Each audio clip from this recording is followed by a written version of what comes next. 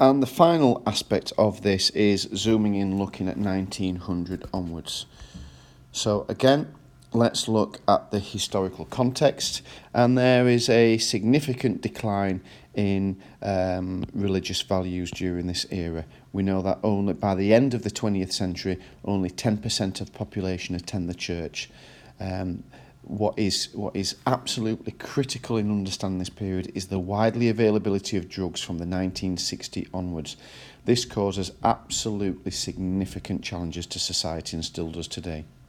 We know there was a transformational level of change during the 1900 onwards. We have incredible changes in forms of transport, education for ordinary people, free education.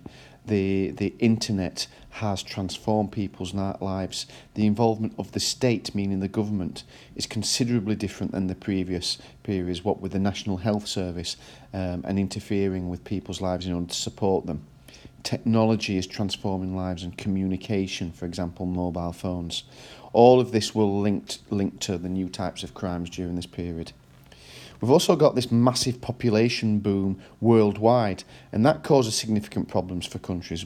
The population by the end of the 20th century hit 6 billion, and so overcrowding is beginning to happen in some countries, and other countries, particularly in Europe, experience a migration of people from Eastern Europe to for example, the UK, and that will have an effect on new crimes, for instance, hate crime.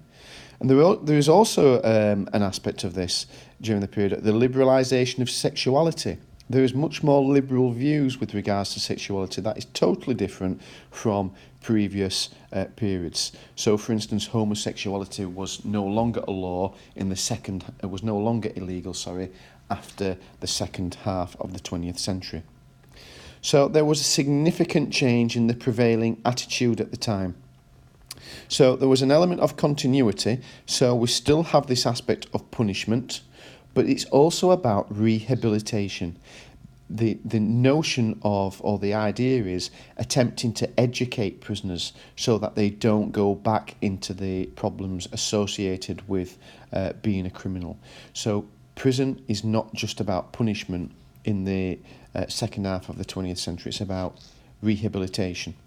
Capital punishment was made illegal in the 1960s, so it was illegal to hang somebody, and laissez-faire attitudes softened considerably throughout this period. They were very strong at the beginning of the 20th century, from 1900 onwards, but this idea of helping and supporting people became the prevailing attitude, actually, towards the end of the 20th century. Now, attitudes actually changed towards the police. We know that the traditional concept of the policeman around 1950s was that of the friendly Bobby and the pillar of the community.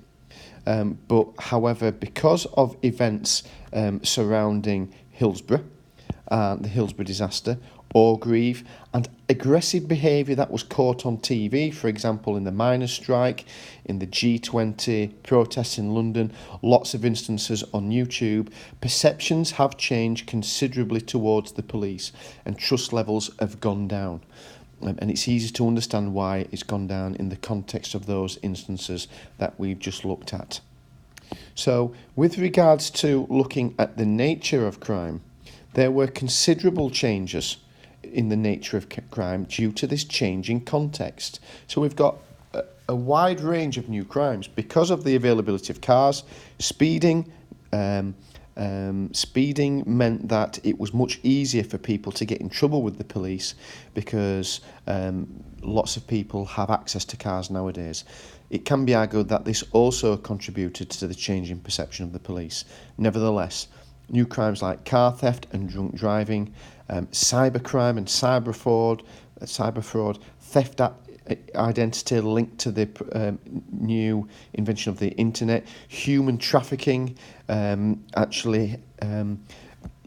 Human traffickers would allow people to pay them to sneak them out of a country where there might be a war, for instance, into a country like the UK, and that's a massive problem, human trafficking, the problem around football hooliganism, and essentially the key to understanding the massive challenges around crime is understanding drugs, drug dealers and the high levels of addiction and the problems associated to feeding that addiction, linked to theft and things like that.